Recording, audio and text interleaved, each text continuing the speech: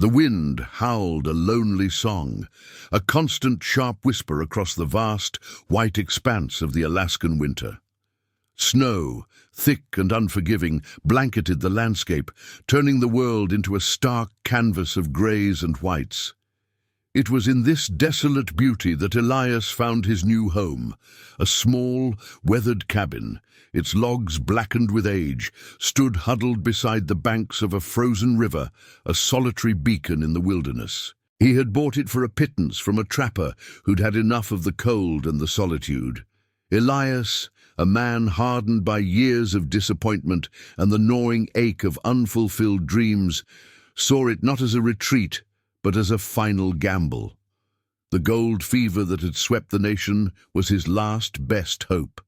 He spent the first few days simply surviving, clearing snow from the path, chopping wood, and getting the rusty old stove to work. The isolation was a heavy blanket, muffling the sounds of the world he'd left behind. It was on the third day, a frigid afternoon with the sun hanging low and pale in the sky, that he ventured out to the river. The ice was a thick, opaque sheet, marbled with milky cracks. He was scouting for a good place to set up his sluice box once the thaw came, kicking at the hard surface to test its stability. That's when he saw it. Just beneath the surface, caught in a translucent layer of ice, was the outline of a body. Not a small animal or a discarded item, but unmistakably human. A young woman, her face serene, eyes closed as if in slumber, her long dark hair fanned out around her head like seaweed in a frozen sea. She wore a simple dress, torn at the hem, and her hands were clasped at her chest, a small, worn pouch clutched in her frozen grip.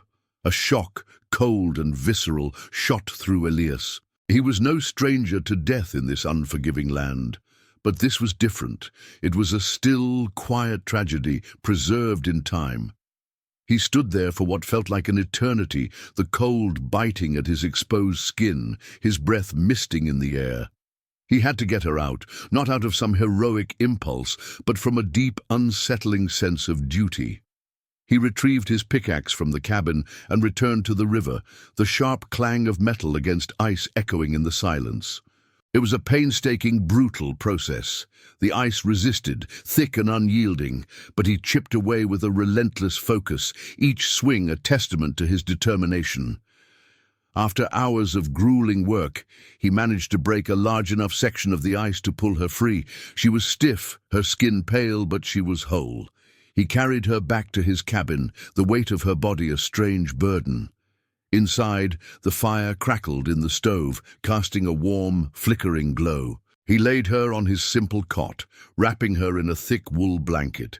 He noticed a small, intricately carved wooden bird attached to a leather cord around her neck. He debated what to do. The nearest town was days away, a dangerous journey in the best of conditions. Reporting the body would mean leaving her to the elements again.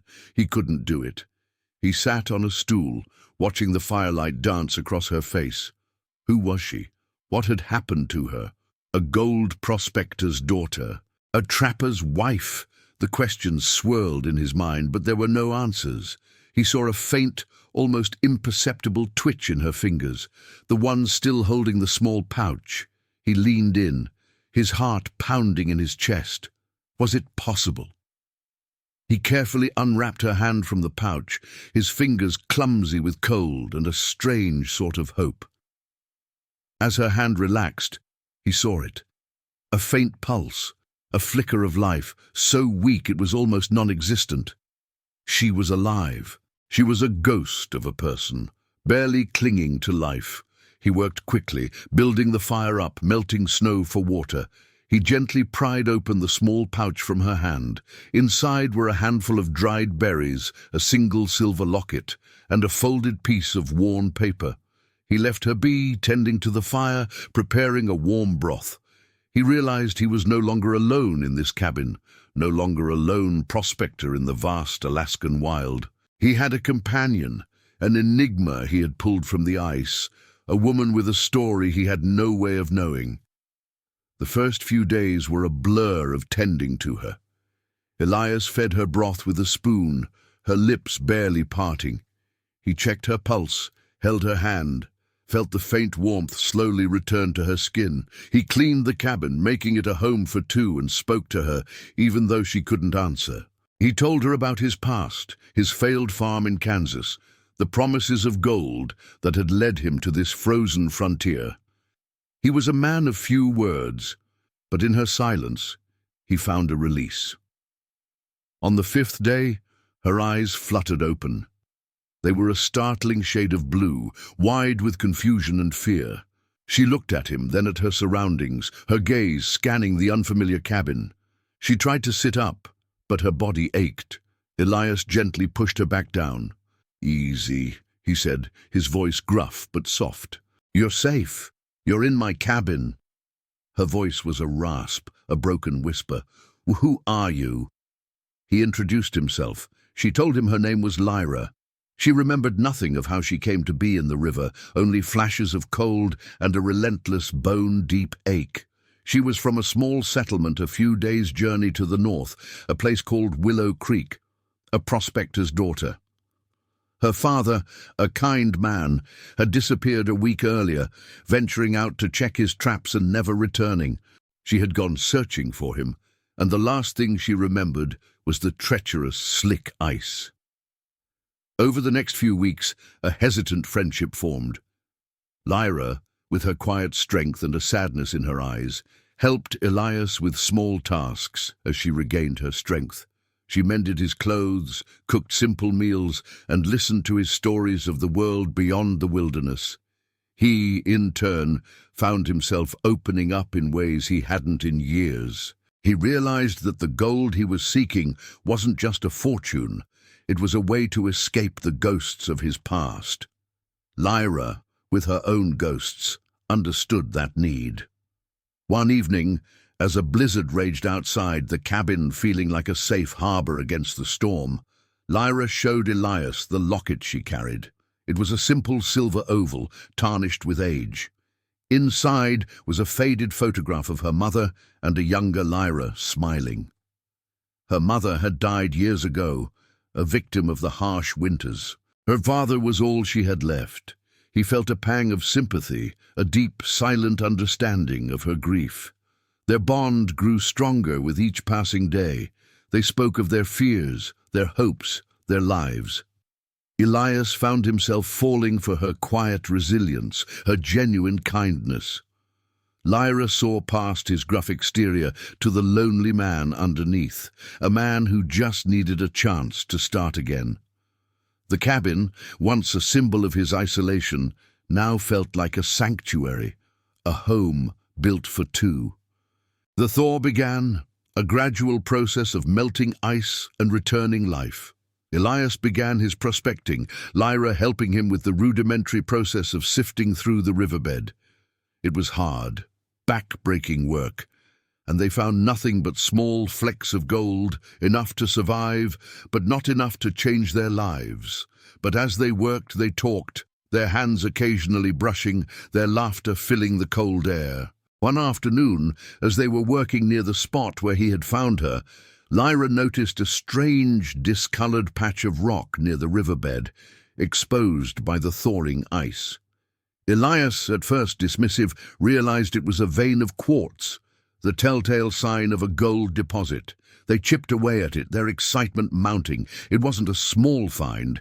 It was a mother lode, a single solid vein of gold running deep into the riverbank. They were rich beyond their wildest dreams. But with the discovery came a new challenge. They had to transport the gold to a nearby town, a long and dangerous journey. Lyra, knowing the treacherous paths of the wilderness, insisted on going with him. Elias, though worried, couldn't leave her behind.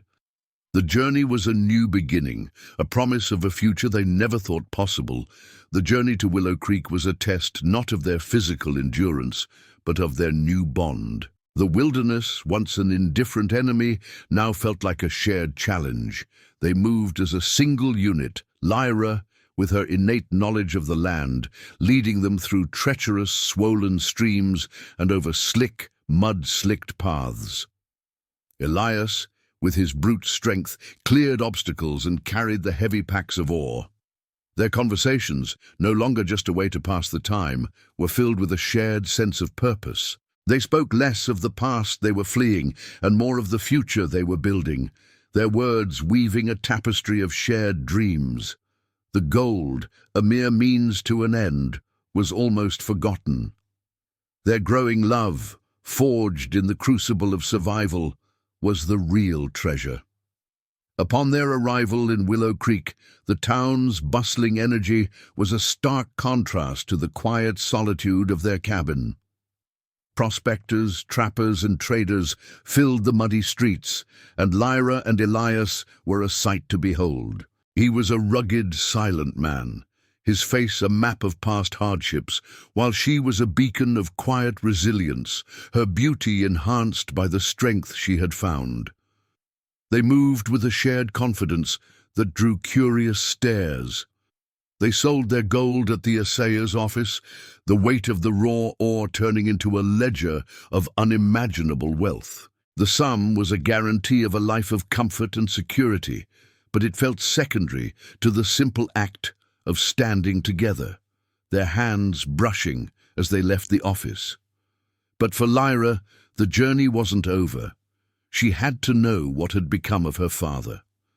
She visited the local authorities, her heart a heavy knot of grief and hope.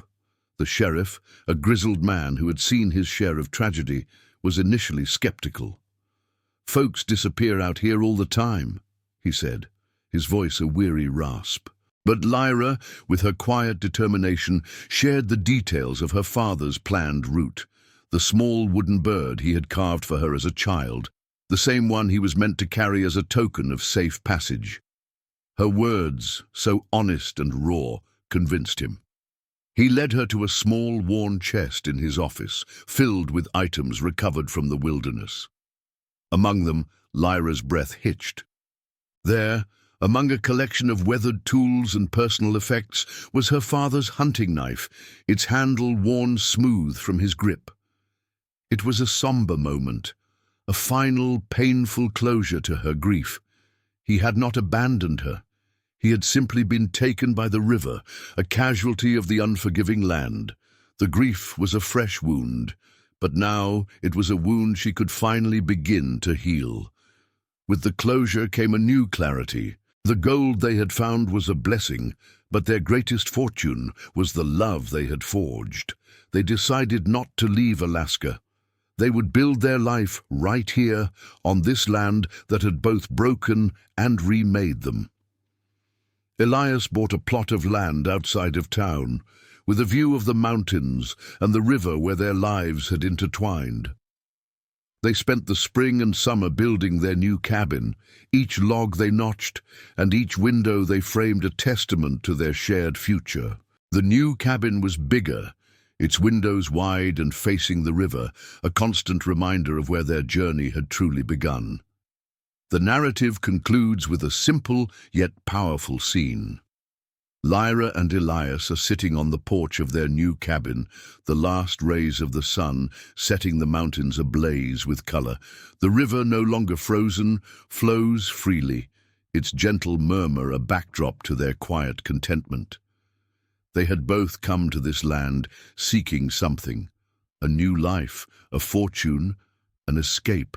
They had found all of that, and something far more profound, a connection that transcended the harshness of the wilderness, a love forged in the crucible of survival.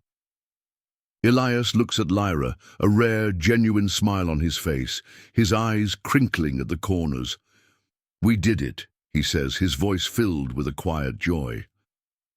Lyra smiles back, a soft glow in her eyes. She reaches out, her hand finding his, her fingers interlacing with his calloused ones. "No," she says, her voice a soft whisper. "We found each other,